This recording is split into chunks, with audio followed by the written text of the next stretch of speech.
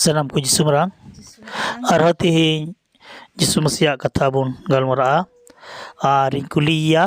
ar jemone lay abun ar onka lekate aburen babanchaw e bhor abun tihiñ do पहिला part रिया बुन से बुन चला कना एहब खोय बुन अंजोमा आइन कुली दिखना पहिला कथा ओकोये सिरजेव लेट बुना ईश्वरे सिरजेव केट बुना आर कुली या दूसरा कथा सेरमा धरती आर सनाम को ओकोये सिरजेव अकादा सेरमा धरती आर सनामा को ईश्वरे सिरजेव कदा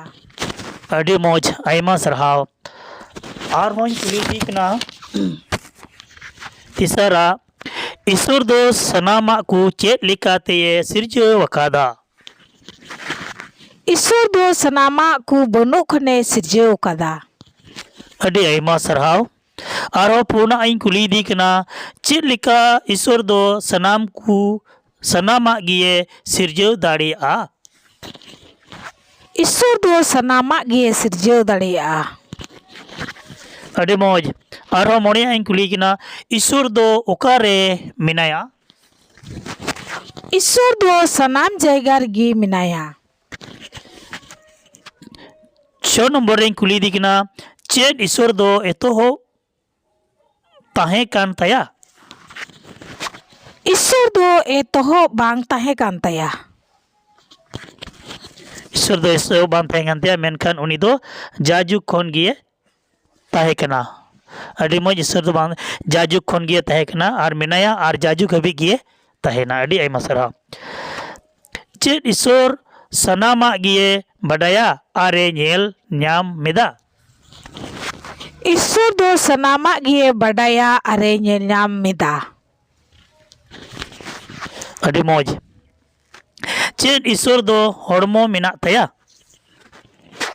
ईश्वर दो हड़मो बनु तया उनी दो एकेन निर आत्मा कनाय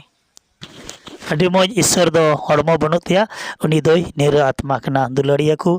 तेना गलमरा पे आंजम के तलिया आदो दला नोआ गलमरा जुदी आप सनाम को बे कुसिया खान एंडे खान लाइक तबुन पे शेयर तबुन पे कमेंट तबुन पे और विशेष के विशेष नोआ वीडियो लिया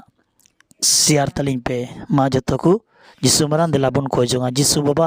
नोआ वीडियो तिना को नेल के आर को नेलेट खान उनको आम भोर को में उनको आम दुलर कुम उनको आम बुगी कुम उनको आम नपाय कुम उनको आम मौज दो कुम आर जेमन आसोकायते मौज को तहनते आम को सरहा में उनको को घरों भोरा में उनको को जीवन रे मौज और भाग्य कोगी होई में प्रभु ईश्वर नातली सरहा में कना ए प्रभु तीन और को नेले खान को दुलर कुम जिसु बाबा आर नाय नपाय को तहनते आमा सरहा महिमा हुमा और विशेष प्रभु आमा सरहा गे मा बाबा जिसु दिला नो होडिंग कोई बिनती को बड़े अंजोम में कोई का दाली जिसु ᱧᱩᱛᱩᱢ ᱛᱮ आमीन।